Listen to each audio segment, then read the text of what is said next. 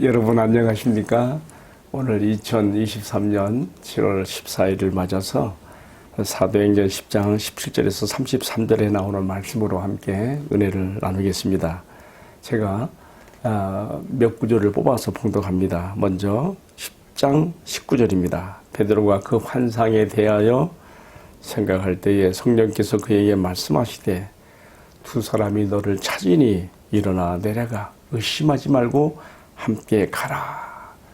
내가 그들을 보내었느니라. 자, 이어지는 말씀 28절입니다. 베드로가 고넬료와 그 가족, 친지, 친구들이 있는 그 모임에서 하는 말이죠. 이르되 유대인으로서 이방인과 교제하며 가까이 하는 것이 율법인 줄은 너희도 알거니와 하나님께서 내게 지시하사 아무도 속되다 하거나 깨끗하지 않다 하지 말라 하시기로 부름을 사양하지 아니하고 왔노라. 묻노니 무슨 일로 나를 불렀느냐. 마지막 세 번째로 봉독하는 말씀은 33절 고넬료가 자신이 청한 베드로에게 하는 말입니다. 내가 당신에게 사람을 보내었는데 오셨으니 잘하였나이다. 이제 우리는 주께서 당신에게 명하신 모든 것을 듣고자 하여 다 하나님 앞에 있나이다. 아멘. 시청자 여러분 안녕하세요. 제가 오랜만에 말씀 전달 자리에 다시 앉았습니다. 선교지에 갔다 오느라고 제가 한 보름 동안 자리를 비웠는데 오늘 다시 말씀을 전하는 자리에 섰네요. 요즘 우기철이 되어서 매일 비가 오니까 마음도 우중충해지고 좀 힘들지요. 그러나 우리가 지상에서 하늘을 볼 때에 참 캄캄하고 몽창 구름이 닫혔어도 비행기를 타고 우리가 위에 공간으로 올라가 보면 쾌청한 맑은 하늘이 펼쳐있는 것처럼 우리 마음이 세상 근심 걱정과 두려움으로 덮였을 때에도 여전히 빛나는 주님의 사랑과 은혜, 내가 그 안에 있다는 것을 기억하면서 힘차게 살아가시기를 주님의 이름으로 축복합니다. 자, 오늘의 말씀으로 들어가겠습니다. 사도행전 10장은요 굉장히 중요한 장이에요. 왜냐면요 스데반의 순교 이후로 예루살렘 교회에 조직적인 박해가 일어나고 성도들이 막 흩어져 나갔잖아요. 그런데 흩어져 나간 성도들이 복음을 전하기는 전하는데 아직 이방인들에게는 못 전하고 같은 동족 유대인들에게만 전하는 거예요. 왜 그랬을까요? 유대인들의 철저한 배타성, 우리만 하나님께 선별되었고 우리만 하나님께 택함받은 하나님의 백성이고 우리만 구원받고 이런 배타성이 있는 거예요. 평소에도 유대인들은 이방인과 상종하지 않죠. 그래서 이방인의 지역에 갔다가 올 때는 부정을 털기 위해서 발에 그 상징적 표현으로 발에 티끌이라도 털어버리고 유대 나라의 지형하로 들어오는 그런 습관이 있을 만큼 유대인들에게 있어서 이방인과의 상종은 상상할 수 없는 일이에요. 그러니까 스데반의 순교로 흩어져 나간 유대인들이 이방인들에게 아직 복음을 전하지 못하고 같은 동족 유대인들에게만 복음을 전하고 있을 때 하나님께서 보실 때 마음이 답답하신 거예요. 그의 아들의 십자가와 부활의 복음을 통해 인간에게 죄사함을 얻게 하는 회개의 복음이 온 세상 땅끝까지 전파되기를 원하시는데 유대인 크리스찬들의 어떤 제한된 생각, 그게 갇혀 있다는 말이죠. 자, 사도행전 10장은요 하나님께서 이 장벽을 깨뜨리시는 장면이에요. 영어에서 beyond the wall, 장벽을 넘어서서라는 말인, 하나님께서 이 장벽을 지금 허무시고 넘어서게 하는 일을 이 누가복음 10장에서 하는 것입니다. 이 사도행전의 저자 누가가 사도행전을 기록해 나가는 과정에서 11장부터는요 이방인에 대한 선교가 본물처럼 열려요. 막 이제는 예루살렘 교회와 사도들뿐만 아니라 이제 더 나가게 되면 이방인 사도의 대표격인 베드로, 바울을 통해 확산돼 나가지요. 근데 이 11장부터 본물처럼 터지는 이 선교, 이방인 선교가 이루어지기 전에 먼저 바둑에서 포석이라는 게 있잖아요. 미리 전망하고 놓는 그 돌처럼 10장에서 하나님께서 유대인 크리스찬들에게 있어서 장벽으로 남아있던 이 잘못된 이 사상, 이 생각, 선입견을 깨트리시는 작업을 하신 것이에요. 제가 좀 너무 길게 얘기했네요. 사실 이 사도행전을 기록한 누가 자신도 이방인 의사였지 않습니까? 그도 사도 바울을 통해서 복음을 듣고 그리스도 안에서 변화되어 새 사람이 되고 그도 바울의 선교 도역자가 되어서 이 사도행전을 기록하는 것이기 때문에 더 관심을 가지고 기록했다 하는 것을 생각해 보게 되는 거예요. 자, 하나님께서 그렇다면 유대인 그리스도인들 안에 심지어는 베드로 안에 갇혀있던 이 이방인들을 향해 나가지 못하게 하는 그 장벽을 허무시기 위해서 어떤 일을 하셨는가? 크게 두 가지 일을 하셨어요. 하나는 우리가 아는 대로 지중해 동편 해안가 팔레스틴 그 해안가 가이사라라는 항구 도시에 살고 있는 로마 군인 백부장 고넬료와 그의 가정에 지금 개입하셨어요. 고넬료는 참 유대인이 아니었지만은 이방인이지만은 그가 유대인들의 그 경건한 행동을 보고 유대교로 개종하지 않았을까 생각이 들어요. 뭐 개종했는지 안 했는지 그가 할례를 받았나 못 받나 그건 저는 모르겠어요만은 어쨌든 그가 시간을 정해놓고 기도하며 가난하고 어려운 사람들을 많이 구제함으로 유대인들에게 칭송받았다는 것을 보게 되면 그는 유대인들이 섬기는 여호와 하나님께 대한 신앙을 갖게 된 사람이에요. 그래서 그가 어느 날 기도할 때에 시간을 정해놓고 기도하는 거예요. 오후 3시 기도 시간에 기도할 때에 환상 가운데 빛난 이 옷을 입은 천사가 나타나서 말하는 것이죠. 고넬료야, 너의 기도와 구제함이 하나님 앞에 다 연락되었고 기억하신 바가 되고 있다. 이제 너는 요빠라는 곳에 베드로라고 하는 사람이 있으니 청하여 복음을 하나님 말씀을 들으라 했거든요. 자, 우리는 여기서 깨닫는 게 있어요. 뭐냐면 빛난 천사가 나타나서 예수 십자가와 부활의 복음을 고넬료와 그 가정에게 전달할 수도 있어요. 근데 그렇게 하지 않았습니다. 가까운 요빠성 한 60km 되는 지점에 떨어져 있는 곳에 베드로를 청에다가 하나님 말씀을 들으라. 참 천사도 흠모할 이 복음이 오늘 예수를 믿는 우리를 통해서 많이 전달될 수 있다고 하는 이 놀라운 사실을 우리가 꼭 기억해야 되겠습니다. 그래서 이 고넬료가 어떡합니까? 자기 집에 두 하인과 또 자기 밑에 부하 병사 가운데 한 경건한 자를 택하여 세 사람을 보내지요. 어디로요? 가이사라에서 요빠까지 한 60km 된다 그래요.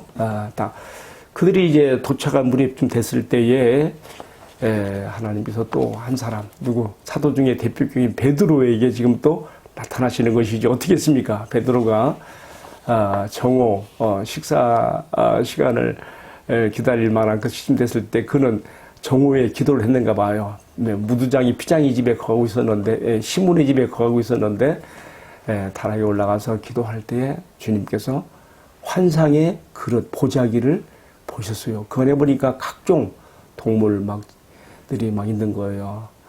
사나운 들짐승뿐만 아니라 기어다니는 파충류, 뱀 같은 것들도 있고요. 날아다니는 새중, 독수리 같은 것도 있었겠지. 어쨌든 그런 걸 보여주면서 잡아먹으라.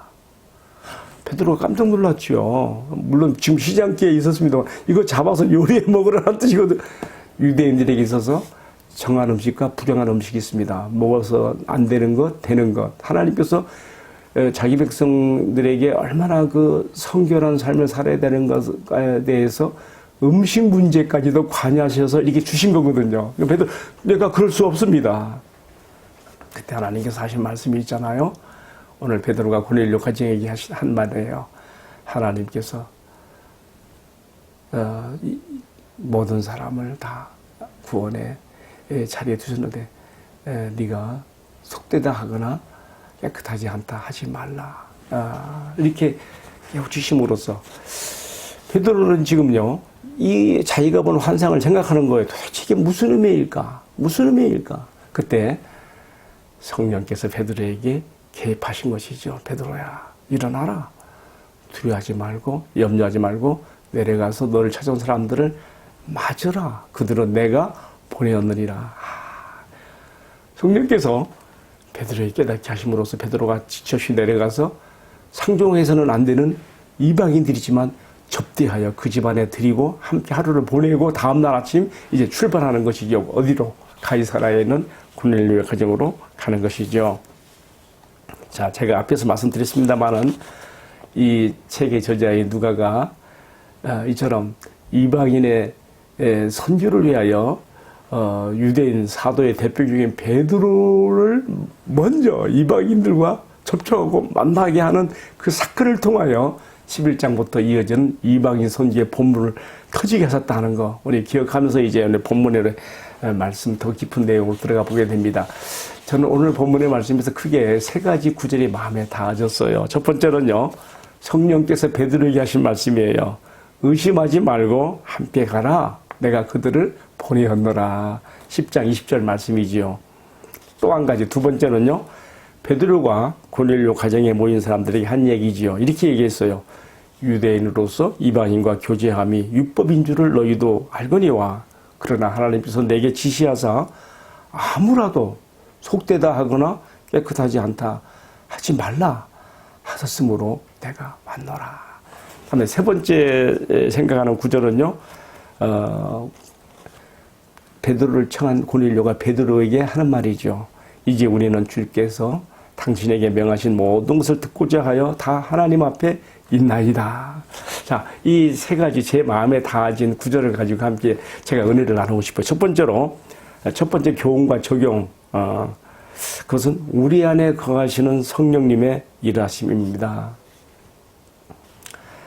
베드로가 환상의 보자기가 무엇을 의미하는지 곰곰 생각하며 의문을 가질 때에 성령께서 베드로에게 말씀하시잖아요.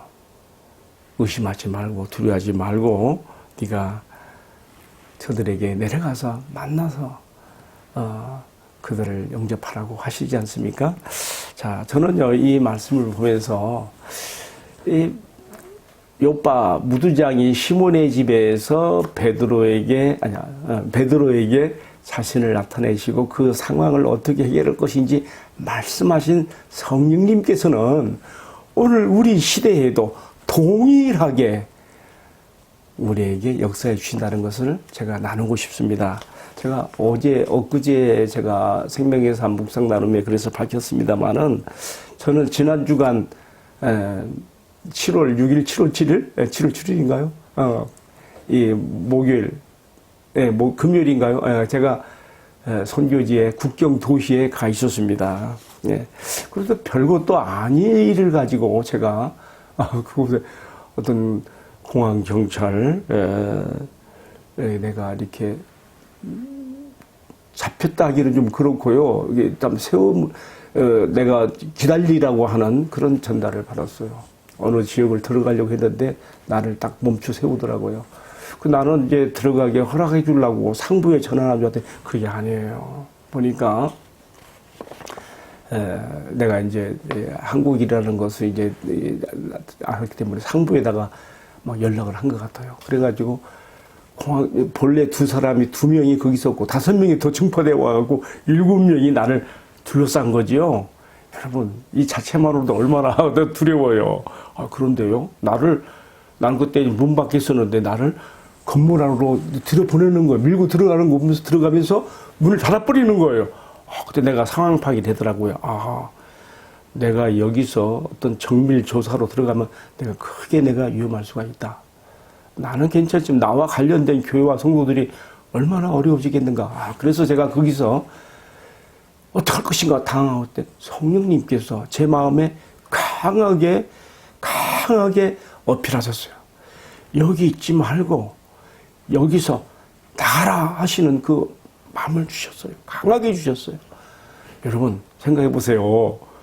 공항경찰 7명이 나를 둘러싸이는 가운데 그리고 문을 닫아버린 가운데서 내가 그들의 그 둘러싸임을 내가 무시하고 거기서 문을 열고 나간다고 하는 것은 상상할 수 없는 일이에요. 근데 성령께서 주시는 그 말씀과 또 담대함과 과감한 행동으로 제가 문을 열고 나갔습니다. 이왕에 혹시 내가 조사를 받는다 하더라도 이런 밀폐된 제한된 공간 안에서가 아니라 많은 사람들이 저 밑에 관광객들이 많이 있었거든요. 저 아래 내려가서 봐야 되겠다 해서 내려간 거죠. 성령님이 시키신 거예요. 그러니까 공항경찰 7명이 다 나를 따라서 막 내려오더라고요. 그래가지고 큰 길가에 사람들이 많이 있는 곳에 가서 제가 그들이 요청대로 내 여권을 신분을 보이고요. 뭐 그들이 또 물어본 어떤 그 간단한 조서에 대해 응하고 나중에 자유롭게 되었습니다. 제가 왜 이 말씀을 드리는가 하면요.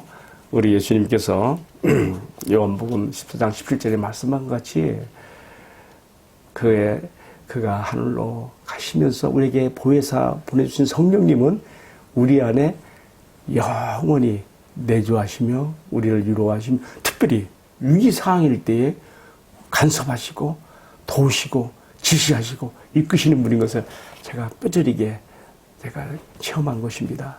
성령님께서 제 마음속에 여기서 나가라. 그리고 그렇게 할 만한 담대함과 행동을 하게 하신 거 지금 생각해도 정말 너무 감사하고 나를 거기서 건져내 주신 성령님께 감사한 마음을 가지게 됩니다. 그리고 또 내가 그렇게 했을 때 아무도 나를 제지하지 못하고 얼떨떨하고 다 이렇게 나를 이제 놓아 보낸 거예요. 제가 지금 왜 이 말씀을 드리는가 하면요.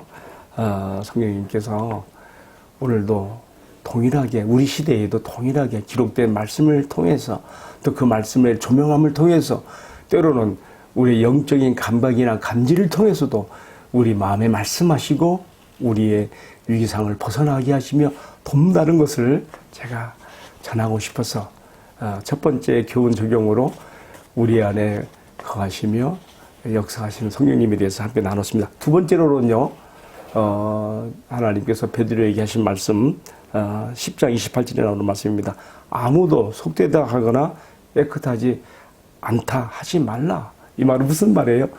하나님 앞에서는 우리 모두가 다 똑같은 사람들이라는 거예요. 유대인이나 헬라인이나 물론하고 다 하나님 앞에서는 다 동일한 거예요. 우리가 우리 안에 어떤 차별성을 두고 나귀를 찍는 일이 있는데 여기서는 안 되는 것이죠. 아까도 말씀드린 것처럼 이방인들은 아주 얼마나 유대인들의 경멸을 받았는지 유대인들이 생각할 때 이방인들은 지옥의 그 땔감에 불쏘시개에 하나에 지나지 않는다고 그렇게 말할 정도로 이방인 하나가 태어나면 그런 정도로 그렇게 경멸하고 같이 평가 절하했단 말이죠. 그래서 이방인들과 상종하지 않았습니다. 근데 하나님께서 유대인 또 사도들의 대표격인 베드로에게 지금 이 사건을 통해서 말씀하시는 것입니다. 아무나 속되거나 깨끗하다 하지 말라. 너희는 다 함께 서로 친밀하게 상종하고 만나고 교제하고 상통할 수 있는 사람들이다. 이렇게 하심으로써 유대인들이 이방인에 대한 장벽을 beyond the wall 넘어서게 하고 그것을 무너뜨리시고 복음에 갇힌 복음의 그 은혜의 그 향물이 흘러나가게 만드시는 역할을 여기서 우리가 보게 되는 것이죠. 여러분 오늘 우리가 교회 안에서나 또 이 세상을 살아가면서 정말 우리가 어떤 사람의 인종이나 피부 색깔 혹은 기타 일로 어떤 선입견을 가지고 상대방을 받아들이지 못하거나 또한 차별적인 낙인을 찍는 그런 일이 없어야 되겠습니다. 모든 만인의 주인 되신 하나님께서는 모두가 다 우리 하나님 앞에서 함께 은혜의 규제를 나눌 수 있는 사람들인 것을 분명히 말씀해 주셨습니다. 마지막으로 하나만 더 말씀드릴게요. 세 번째 나누는 말씀은요. 고넬료가 베드로에게 한 말인데요. 설교자를 통해 전달되는 말씀을 듣는 시간은 곧 하나님 앞에 있는 시간이라는 것입니다. 고넬료는 베드로가 자신의 집을 방문한 것을 진심으로 감사하면서 뭐라고 말했습니까? 말씀을 듣기 전에 자신의 가족과 친족 또는 친구들을 대표해서 말합니다. 우리는 주님께서 당신에게 명하신 것을 듣고자 하여 지금 다 하나님 앞에서 있나이다. 여러분 이게 무슨 말이에요? 우리가 말씀을 듣는 시간 매우 귀중한 시간입니다. 저는 이 말씀에 두 가지를 제가 돌아보아서 하나는 나 자신에게 적용했어요. 나는 하나님의 말씀을 전달하는 설교의 자리에 섰을 때에 정말 고넬료가 베드로에 대해 말했던 것처럼 하나님께로부터 받은 것을 하나님께서 전달하라고 하시는 것을 나는 전할 것을 가지고 있는가 하는 것에 대해서 자신에게 적용했고요. 또 한 가지는요.